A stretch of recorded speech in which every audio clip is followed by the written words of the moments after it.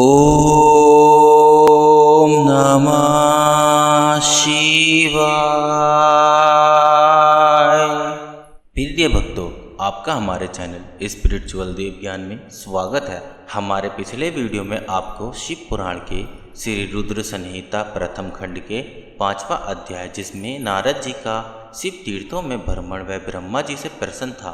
आज हम आपको श्री रुद्र संहिता के प्रथम खंड के 6वां अध्याय, जिसमें ब्रह्मा जी द्वारा शिव तत्व का वर्णन है, तो चलिए शुरू करते हैं। ब्रह्मा जी ने कहा, हे नारद, तुम सदैव जगत के उपकार में लगे रहते हो।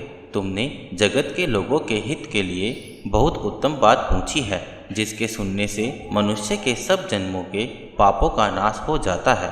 उस परम ब्रह्मा शिव तत्व का वर्णन मैं तुम्हारे लिए कर रहा हूँ। शिव तत्व का स्वयं रूप बहुत सुंदर और अद्भुत है। जिस समय महाप्रलय आई थी और पूरा संसार नष्ट हो गया था तथा चारों ओर सिर्फ अंधकार ही अंधकार था, आकाश में ब्रह्मांड तारों व ग्रहों से रहित होकर अंधकार में डूब गए थे। सूर्य और चंद्रमा दिखाई देने बंद हो गए थे। सभी ग्रहों और नक्षत्रों का कहीं पता नहीं चल रहा था। दिन रात अग्निजल कुछ भी नहीं था।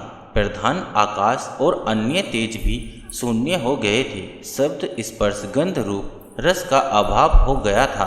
सत्य असत्य सब कुछ खत्म हो गया था। तब सिर्फ सत्य ही बचा था।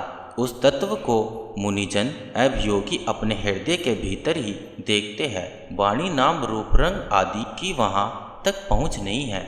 उस परम ब्रह्म के विषय में ज्ञान और अज्ञान से किए गए संबोधन के द्वारा कुछ समय बाद, अर्थात सृष्टि का समय आने पर एक से अनेक होने के संकल्प का उदय हुआ।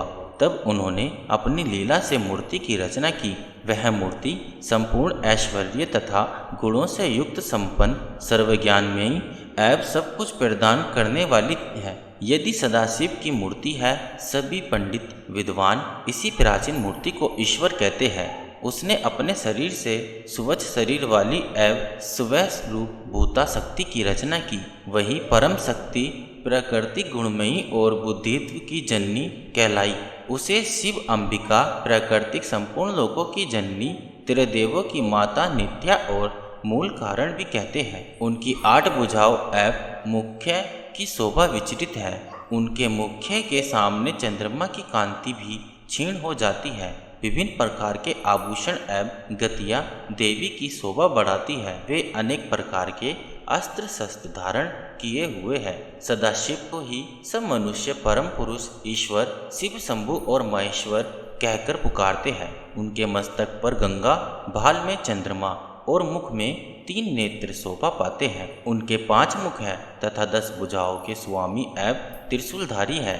वे अपने शरीर में भस्म लगाए हैं। उन्होंने शिवलोक नामक क्षेत्र का निर्माण किया है। यह परम पावन स्थान काशी नाम से जाना जाता है। यह परम मोक्षदायक स्थान है। इस क्षेत्र में परमानंद रूप शिव पार्वती सहित निवास करते हैं। शिव और शिवा ने प्रलय काल में भी उस स्थान को नहीं छोड़ा, इसलिए शिवजी ने इनका नाम आनंदवन रखा है। एक दिन आनंदवन में घूमते समय शिव के मन में किसी दूसरे पुरुष की रचना करने की इच्छा हो। तब उन्होंने सोचा कि इसका भार किसी दूसरे व्यक्ति को सौंपकर हम यहीं काशी में विराजमान रहेंगे। ऐसा सोचकर उन्होंने अपने वाम भाग के 10वें अंग पर अमृत मल दिया, जिससे एक सुंदर पुरुष वहां प्रकट हुआ, जो शांत और सतत गुणों से युक्त एवं गंभीरता का अथाह सागर था। उनकी क्रांति इंद्रनील मणि के समान श्याम थी। उसका पूरा शरीर दिव्य शोभा से चमक रहा था तथा नेत्र कमल के समान थे। उसने हाथ जोड़कर भगवान शिव और शिवा को प्रणाम किया तथा प्रार्थना की कि मेरा नाम निश्चय कीजिए। यह सुनकर भगवान शिव हंसकर बोले कि सर्वत्र व्यापक होने से तुम्हारा नाम विष्णु होगा। तुम भक्तों को सुख देने वाले होगे। तुम यहीं स्थिर रहकर तप करो, वहीं सभी कार्यों का साधन है। ऐसा कहकर शिवजी ने उन्हें ज्ञान प्रदान किया तथा वहां से अंतर्धान हो गए। तब विष्णु जी ने 12 वर्ष तक वहां दिव्य तप किया। तपस्या के कारण उनके शरीर से अनेक जल धाराएं निकलने लगी। उस जल से सारा सोना आकाश व्याप्त हो गया। वह ब्रह्म रूप जल अपने स्पर्श मात्र से पापों का नाश करने वाला था, उस जल में भगवान विष्णु ने स्वयं शयन किया। नार अर्थात जल में निवास करने के कारण ही वे नारायण कहलाए। तभी से उन महात्मा से सब तत्वों की उत्पत्ति हुई। पहले प्रकृति से महान और उससे 3 गुण उत्पन्न हुए तथा उनसे अहंकार उत्पन्न हुआ। उससे सब स्पर्श, रूप, रस और गंध एवं 5 भूत प्रकट हुए। उनसे ज्ञानेन्द्रिया एवं कर्मेंद्रिया बनी।